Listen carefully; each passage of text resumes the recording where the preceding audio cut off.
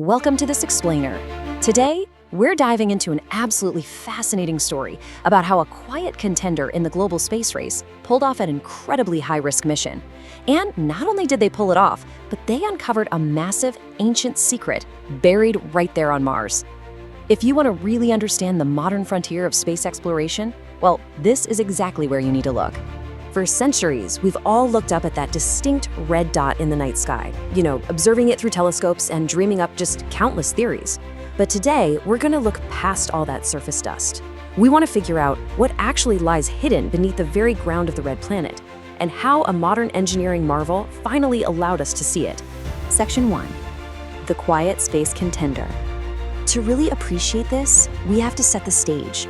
Because for decades, deep space exploration was basically a highly exclusive club. It was heavily dominated by just two nations, America and Russia. Think about how stark that contrast used to be. You had the US pulling off incredibly complex, soft Mars landings as far back as 1976 with Viking 1. Meanwhile, before 1980, China's space program was, it was heavily restricted. Their satellites were strictly confined to Earth's orbit. Reaching the moon, let alone Mars, seemed like a completely impossible dream at the time. But then there was this profound strategic realization. The Chinese government recognized that future power wouldn't just come from land anymore, it would come from space. And when they decided to enter the space race, they actually didn't make these massive, dramatic announcements. Instead, they just quietly shifted their focus to the stars and got straight to work. Section 2. Stepping Stones to Mars. They knew that jumping straight to the red planet was an extreme technical hurdle, so they devised this highly methodical, long-term plan. They didn't just rush it. In 2003, they launched Tianwen, their first human spaceflight orbiting Earth. Then, they basically used the moon as their ultimate testing ground. They mapped it in 2007, and by 2019, they totally stunned the world by landing on the far side of the moon, a place we can't even see from Earth. All of this was extremely calculated preparation for their 2020 Mars launch. And they absolutely needed all that practice, because Mars is notoriously unforgiving. Literally, nearly 50% of all missions sent there just fail. The atmosphere is so incredibly thin that traditional parachutes basically don't work to slow a spacecraft down. It all comes down to these 7 terrifying minutes of automated descent where just one single glitch means total loss of the mission. Section 3. A 3-in-1 triumph.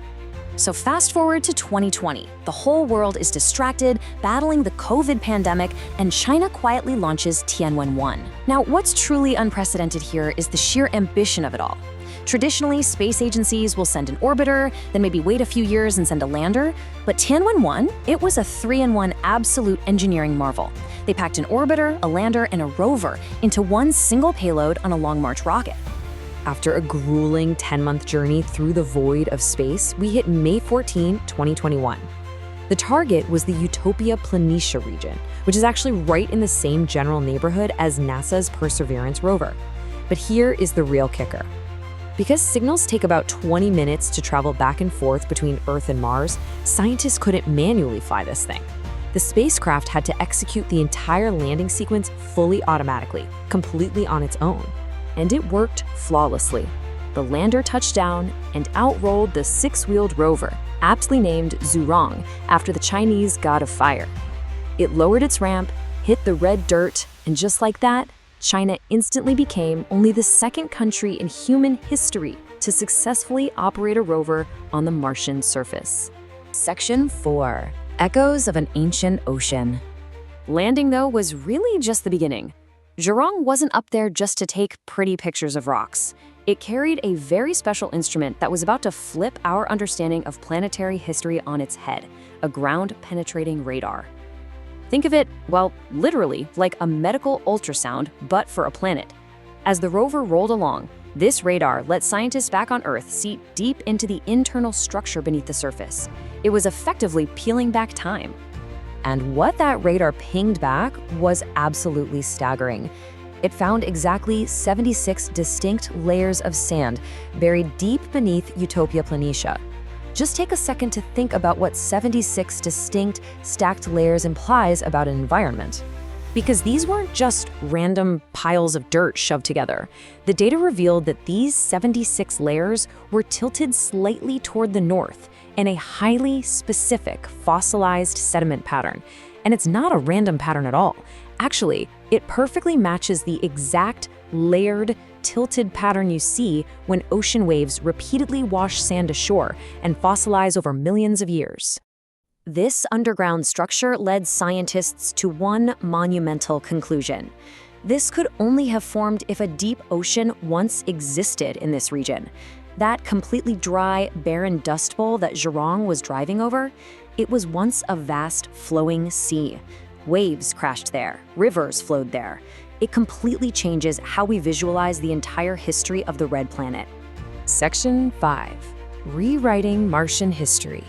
Zhurong was originally only designed to work for 90 days, but it was incredibly resilient, stubbornly surviving for 358 days and traveling nearly 2,000 meters across that ancient seabed before a massive dust storm finally put it to sleep in May of 2022. But the story definitely doesn't end with Zhurong sleeping in the dust. Not even close. China is already actively prepping the next phase. They're planning to launch a new, more rugged rover in 2028. And the ultimate goal? To scoop up actual samples of that ancient seabed and successfully blast that Martian soil all the way back to Earth by 2031. Which brings us to the ultimate question, the whole reason why this matters so much. Did life once exist in that ancient Martian sea? Because if those soil samples come back to Earth in 2031, and scientists find even microscopic fossils hiding in those 76 layers of sand, well, the entire history of science is going to have to be rewritten. It is an absolutely incredible time for space exploration. Thanks so much for joining me on this explainer, and keep your eyes on the stars.